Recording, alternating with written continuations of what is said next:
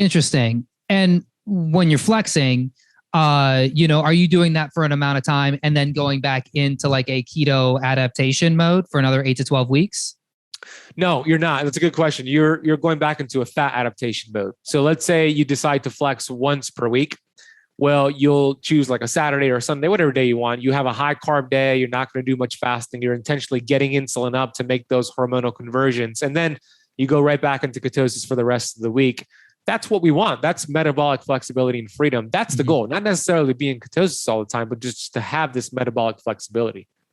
Yeah. And I love that metabolic flexibility idea because, basically what you're doing is you're saying, hey, you're going to teach your body how to operate off of this fuel source that it knows how to do. To me, it's like, this might be a terrible comparison, but like a woman who gets pregnant, right? Like for the first time, she's never been pregnant before. Her body has never experienced like these levels of hormones, but somehow like there's this ancient mechanism in a woman's body that knows like when the sperm meets the egg and it's the right time and it makes it all the way into the area. You can tell how much I know about the woman's body. And it goes into the right area. Now we flick it on, this thing that's never happened before in a woman's body, and it just flourishes and makes a person and then gives birth successfully to the person.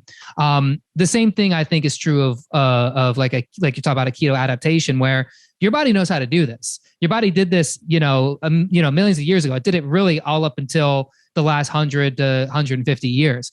So it's there. You just have to tap into it and make it remember how to do it and keep it doing it for long enough so that when you stop doing it, it continues to be able to do it. That's right. Yeah, it's a good analogy, actually. Yeah, I agree. We have in this modern society a keto deficiency. We're designed to utilize ketosis. Every single one of our ancestors did keto. That's a fact. Keto is not a fad, it's a fact.